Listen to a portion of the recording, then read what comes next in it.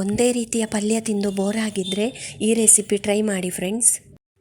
ಬಾಳೆಕಾಯಿ ಪಲ್ಯ ಡಿಫ್ರೆಂಟಾಗಿ ಹೇಗೆ ಮಾಡ್ಬೋದು ಅಂತ ತೋರಿಸ್ತೀನಿ ನೋಡಿ. ಮೊದಲಿಗೆ ಬಾಳೆಕಾಯಿಯನ್ನು ಸಿಪ್ಪೆ ತೆಗೆದು ಕಟ್ ಮಾಡಿ ನೀರಲ್ಲಿ ಹಾಕಿಡಬೇಕು.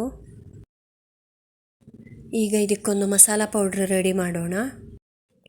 ಒಂದು ಪ್ಯಾನಲ್ಲಿ ಕಡಲೆಕಾಯಿ ಬೀಜ, ಕಡಲೆಬೇಳೆ, ಉದ್ದಿನಬೇಳೆ, ಕೊತ್ತಂಬರಿ, ಜೀರಿಗೆ, ಒಂದು ಸ್ವಲ್ಪ ಮೆಂತೆಕಾಳು, 5-6 ಒಣಮೆಣಸಿನ್ಕಾಯಿ ಇಷ್ಟನ್ನು ಪರಿಮಳ ಬರೋ ತನಕ ಡ್ರೈ ರೋಸ್ಟ್ ಮಾಡಬೇಕು. ತಣಿದ ನಂತರ ಮಿಕ್ಸಿಗೆ ಹಾಕಿ ತರಿತರಿಯಾಗಿ ಪೌಡ್ರ್ ಮಾಡಬೇಕು. ಒಂದು ಬಾಣಲಿಗೆ ಎಣ್ಣೆ ಹಾಕಿ ಸಾಸಿವೆ ಕರಿಬೇವು ಒಗ್ಗರಣೆ ಮಾಡಿ ನೀರುಳ್ಳಿ ಸೇರಿಸಬೇಕು. ನೀರುಳ್ಳಿ ಬಾಡಿದ ನಂತರ ಸ್ವಲ್ಪ ಅರಶಿಣ ಪುಡಿ ಹಾಗೂ ಹಿಂಗಿನ ಪುಡಿ ಸೇರಿಸಬೇಕು. ಈಗ ಚೆನ್ನಾಗಿ ಮಿಕ್ಸ್ ಮಾಡಿ ನೀರಿನಿಂದ ತೆಗೆದ ಬಾಳೆಕಾಯಿ ತುಂಡುಗಳನ್ನು ಸೇರಿಸಬೇಕು. ಸ್ವಲ್ಪ ಉಪ್ಪು ಸೇರಿಸಿ ಚೆನ್ನಾಗಿ ಮಿಕ್ಸ್ ಮಾಡಿ 2 ನಿಮಿಷ ಮುಚ್ಚಿಡಬೇಕು ಫ್ರೆಂಡ್ಸ್. ಬಾಳೆಕಾಯಿ ತುಂಡುಗಳನ್ನು ಒಗ್ಗರಣೆಯಲ್ಲೇ ಬಾಡಿಸಿದರೆ ತುಂಬ ರುಚಿಯಾಗಿರುತ್ತೆ. 2 ನಿಮಿಷ ಆಗಿದೆ. ಇವಾಗ ಸ್ವಲ್ಪ ಇದಕ್ಕೆ ನೀರು ಸೇರಿಸೋಣ.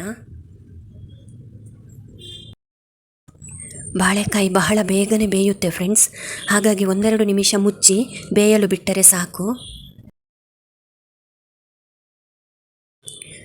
2 ನಿಮಿಷ ಆಗಿದೆ, ಬಾಳೆಕಾಯಿ ಬೆಂದಿದೆ. ಈಗ ಆಗಲೇ ಪುಡಿ ಮಾಡಿಟ್ಟ ಮಸಾಲ ಪುಡಿಯನ್ನು ಸೇರಿಸೋಣ.